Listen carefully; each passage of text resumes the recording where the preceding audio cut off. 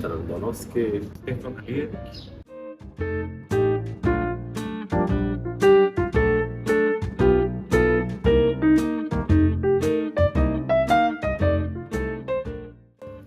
Кај нас, за жал, издаваштвото се претвори во бизнис и се помалку има издавачи кои објавуваат не само заради пари, туку пред се затоа што уште веруваат во книжевноста, уште веруваат во некакви идеали, или кај една од тие издавачки куќи, и затоа сметам дека секојаш треба да им се дава на помалите издавачи и поголем простор, и поголемо внимание, и поголема поддршка. Мене ми е исто освежување што има вакви настани. Тие традиционални настани ми станаа додевни низ годиневе и ова ми кисло просторот.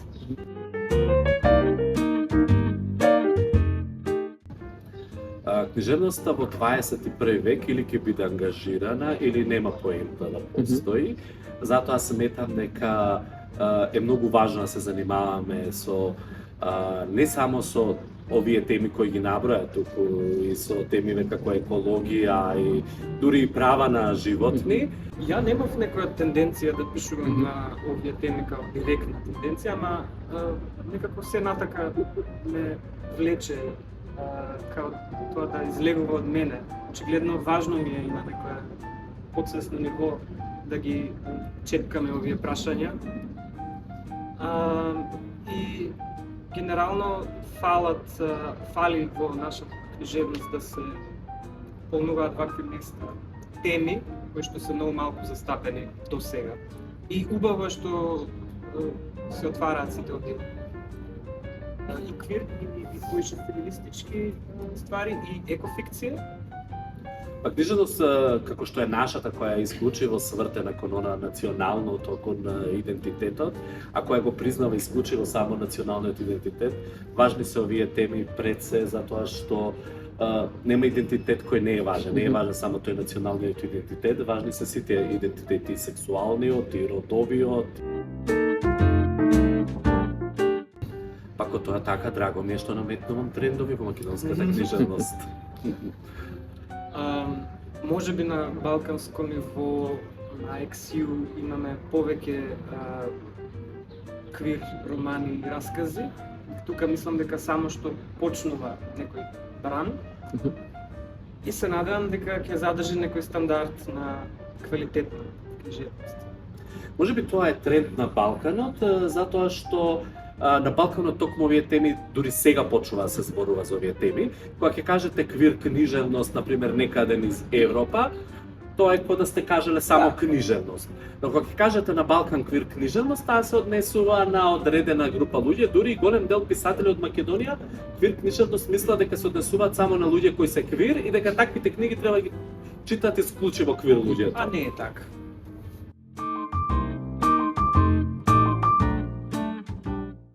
Па како што изјавив неколку пати, повторно ќе кажам дека ни направија само услуга. Книгиве и двете се објавени 2016 година во Полица.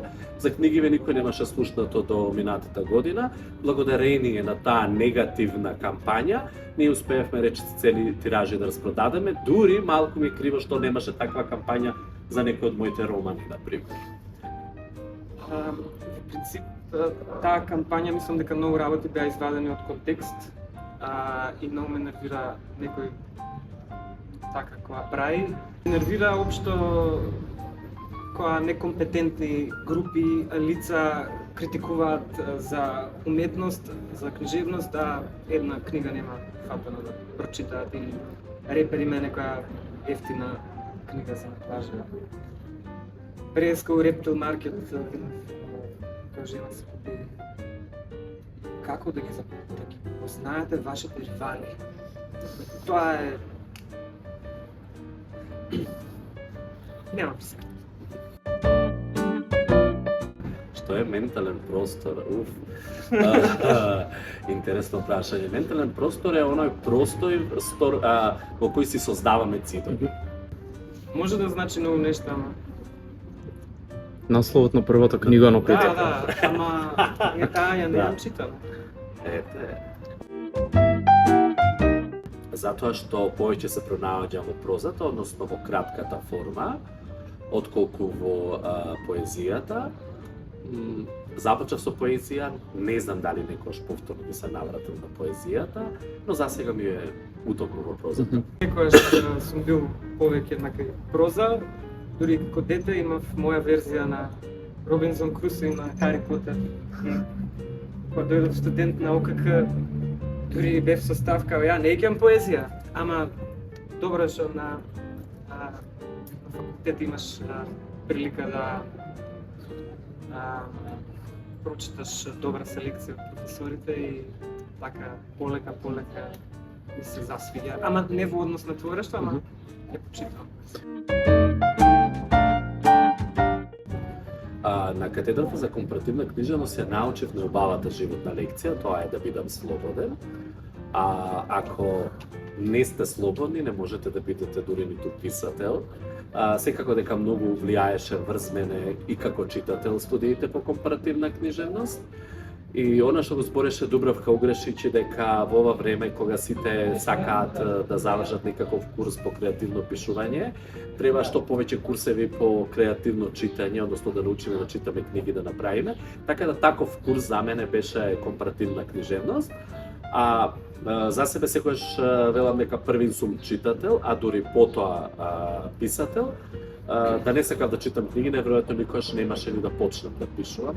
Така да мислам дека не само како читател, туку и како писател ме обликуваше компаративна книжевност. Исто и мене, општо и компаративна ми има оформено. И како личност и ми ги има изострено тие внатрешни сетила за што е добра книжевност, што е лоша. Дури карактерно ми има. Реализам, дефинитивно. Реализам. Модерна, постмодерна никако. Модерна. Ракија. Пиво. И едните и другите. Ај, млади. Наградите нема да не направат подобри писатели, но дефинитивно ќе не направат повидливи и особено во поглед на маркетинг се многу значајни. Наградите распродаваат тиражи, наградите како еве што имам добиена европска награда која ми ги отвори вратите и кај европските издавачи благодарение на европската награда. Имам речиси, Страф од Варвари е преведен речиси на 10 јазици. Така да наградите се особено за нас кои пишуваме на помали јазици, не толку видлива книжевност, се важни. Тоа и ту се отвара диалог околу книгите.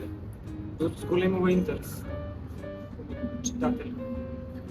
И читатели. Илика. Кога пишуваш да пишуваш без спреги, кочници, глава.